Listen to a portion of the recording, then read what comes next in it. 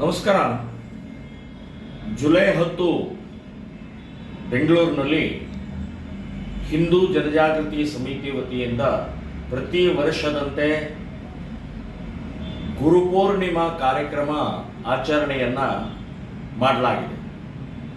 Basaveshwara ನಗರದಲ್ಲಿರುವಂತಹ Gangamma Thimmaiah convention ಹಾಲ್ನಲ್ಲಿ ಈ ಕಾರ್ಯಕ್ರಮ ಸಾಯಂಕಾಲ 5 ಗಂಟೆಗೆ ಯೋಜನೆ ಮಾಡಲಾಗಿದೆ.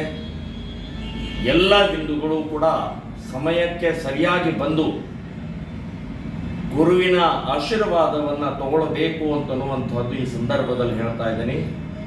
ನಮ್ಮ ದೇಶದಲ್ಲಿ ಗುರುವಿನ ಸ್ಥಾನ ಅತ್ಯಂತ ಮಹತ್ವದಿದೆ, ಪವಿತ್ರವಾಗಿದೆ.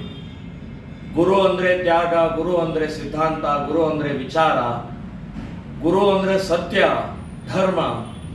ಸೊ ಇಂಥ ಒಂದು ಶ್ರೇಷ್ಠ ಆ ಗುರುವಿನ ಸ್ಥಾನದಲ್ಲಿರುವಂಥ ಗುರು ಪೂರ್ಣಿಮೆ ಉತ್ಸವವನ್ನು ನಾವೆಲ್ಲರೂ ಕೂಡ ಸಹರ್ಷದಿಂದ ಭಾಗವಹಿಸಬೇಕಾಗಿದೆ.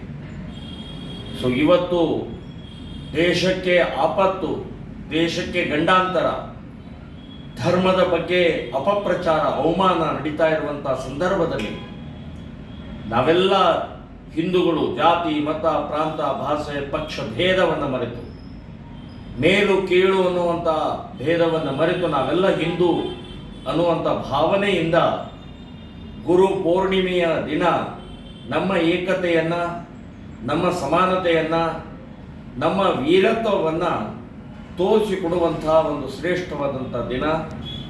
ಇನ್ನೊಮ್ಮೆ ಹೇಳ್ತಾ ಇದ್ದೀನಿ, ನಾವೆಲ್ಲರೂ ಕೂಡ ಬೆಂಗಳೂರು ಮಹಾನಗರದ ಬಸವೇಶ್ವರ ನಗರದಲ್ಲಿರುವಂಥ ಗಂಗಮ್ಮ ತಿಮ್ಮಯ್ಯ ಕನ್ವೆನ್ಷನ್ ಸೆಂಟರ್ನಲ್ಲಿ ಕಾರ್ಯಕ್ರಮ ಇದೆ.